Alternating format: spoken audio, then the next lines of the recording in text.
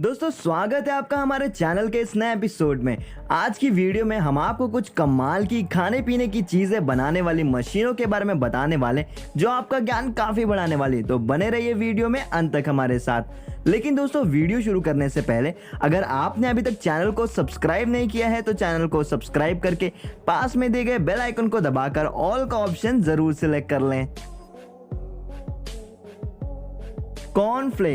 Cornflakes ज्यादातर सुबह के नाश्ते यानी कि ब्रेकफास्ट में खाया जाता है और ज्यादातर शहर के लोग इसे खाना पसंद करते हैं। लेकिन दोस्तों क्या आप जानते हैं कि इन्हें फैक्ट्री में कैसे बनाया जाता है? तो आइए आज हम आपको बताते हैं कि आखिरकार कॉर्नफ्लेक्स को फैक्ट्री में कैसे बनाया जाता है। तो दोस्तों इसे बनाने के लिए शुरुआत में कॉर्नफ्लेक्स के मिक्सचर को एक ग्राइंडर में डाला जाता है, जहां उन्हें तकरीबन 20 मिनट तक ग्राइंड किया जाता है और फिर इस मिक्सचर को एक वाइब्रेटिंग कन्वेयर बेल्ट के जरिए बाहर लाया जाता है और फिर दूसरे मशीन में भेजा जाता है, जहां मशीन में लगे 2 रोलर इन मिक्सचर को दबाकर इन्हें और बारीक कर लेते हैं और फिर इसे फ्लेक्स का आकार दिया जाता है। उसके बाद उन्हें एक कन्वेयर बेल्ट पर शेक किया जाता है जिससे ये फ्लेक्स एक दूसरे से चिपक ना सकें और बाद में वाइब्रेटिंग कन्वेयर बेल्ट से रोटेटिंग मशीन में भेजा जाता है, जहां मशीन फ्लेक्स को 2 घंटे तक 230 डिग्री सेल्सियस पर घुमाकर उसमें स्वीट सोल्यूशन मिला देती है और उसके बाद उन्हें फिर से दूसरे मशीन में भेजा जाता है, जहां उन पर कुछ खास तरह के सीक्रेट इंग्रेडिएंट्स को डाला जाता है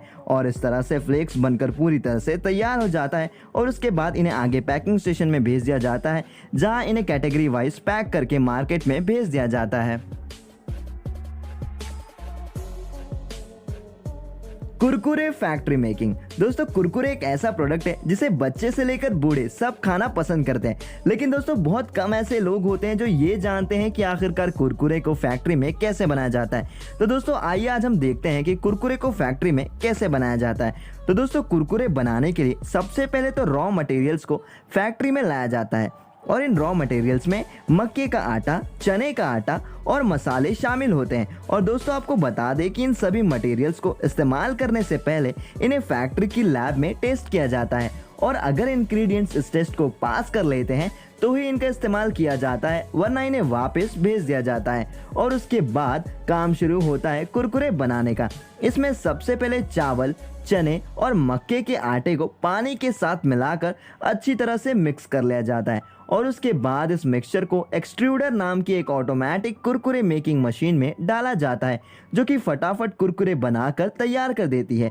और उसके बाद इन्हें एक कन्वेयर बेल्ट के जरिए फ्रायर में डालकर फ्राई कर लिया जाता है और जब कुरकुरे फ्राई हो जाता है तो फिर इनमें मसाले को मिलाने का काम शुरू किया जाता है, जो कि सीजनिंग टम्पलर नाम की मशीन के द्वारा किया जाता है, जो कि बड़ी आसानी से एक समान मात्रा में कुरकुरे पर मसाला लगा देती है और फिर इनको एक स्कैनिंग मशीन में डालकर इनकी जांच की जाती है और उसके बाद इन्हें आगे पैकेजिंग सेक्शन में भेजा जाता है, जहां पर बहुत सी ऑटोमेटिक पैकेजिंग मशीन लगी होती हैं जो कुरकुरे को फटाफट पैक कर देती हैं और पैकिंग के बाद इन्हें मार्केट में भेज दिया जाता है।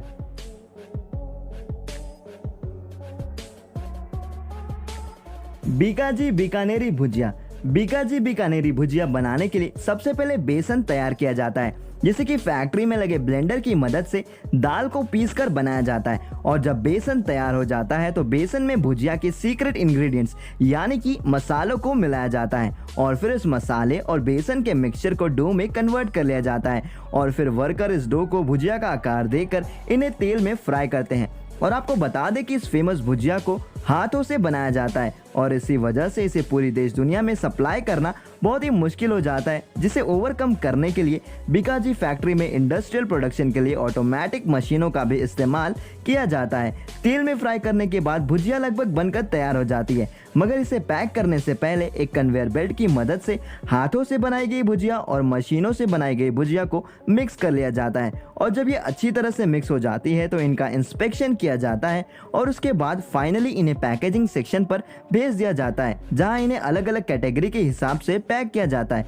जो कि वजन और दाम के आधार पर बनाई गई होती है। और आपको बता दें कि भुजिया पैक करने के लिए फुल्ली ऑटोमेटिक मशीनों का इस्तेमाल किया जाता है। और दोस्तों आपको एक और बात बता दें कि इस फैक्ट्री में काम करने वाले सभी वर्कर्स बीकानेर के लोकल होते हैं और आपको ये भी बताते चले कि बीकानेर की ओरिजिनल भुजिया सिर्फ बीकानेर के एटमॉस्फेयर में ही बन सकती है, क्योंकि अगर आप इसे कहीं और बनाएंगे तो भुजिया में वो टेस्ट नहीं आएगा जो कि बीकानेर की बीकाजी भुजिया में आता है।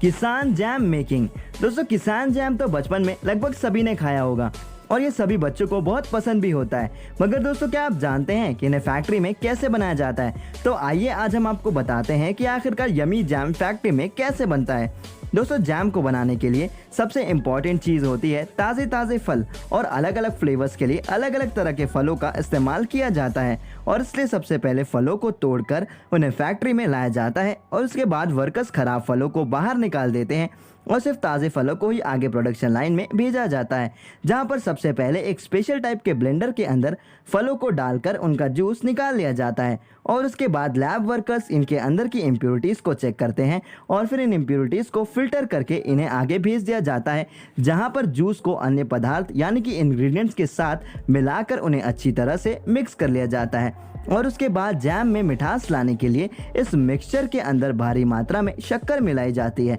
और फिर इस मिक्सचर को एक बड़े से बर्नर पर रखकर उन्हें पका लिया जाता है। और इन्हें तब तक पकाया जाता है जब तक ये मिक्सचर एकदम गाढ़ा ना हो जाए। और जब मिक्सचर गाढ़ा हो जाता है तो इन्हें कुछ देर तक ठंडा होने के लिए रख दिया जाता है और फिर जैम बनकर पूरी तरह से तैयार हो जाता है, जिसे आगे पैकेजिंग लाइन में भेजा जाता है, जहां जैम को बॉटल्स में भरकर उन्हें पैक कर दिया जाता है। और उसके बाद कंपनीज बॉटल्स पर अपने ब्रांड का स्टिकर लगाकर उन्हें मार्केट में भेज देती हैं।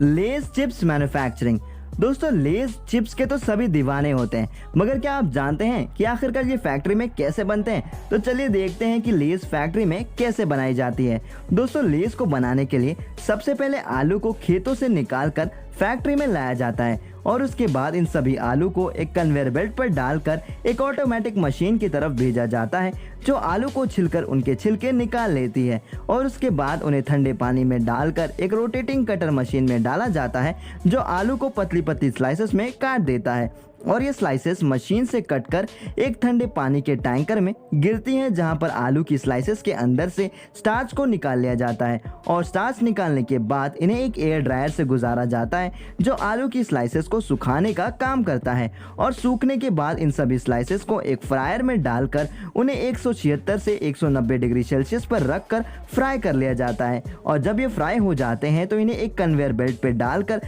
आगे की प्रोसेसिंग के लिए भेजा जाता है, जहां पर स्लाइसेस पर स्वाद अनुसार नमक का छिड़काव किया जाता है और फिर इन्हें जो भी फ्लेवर देना होता है उस फ्लेवर के मसाले का छिड़काव किया जाता है। और इसके बाद इन्हें ठंडा करके आगे पैकेजिंग लाइन में भेजा जाता है, जहां इन्हें पैक करके मार्केट में भेज दिया जाता है।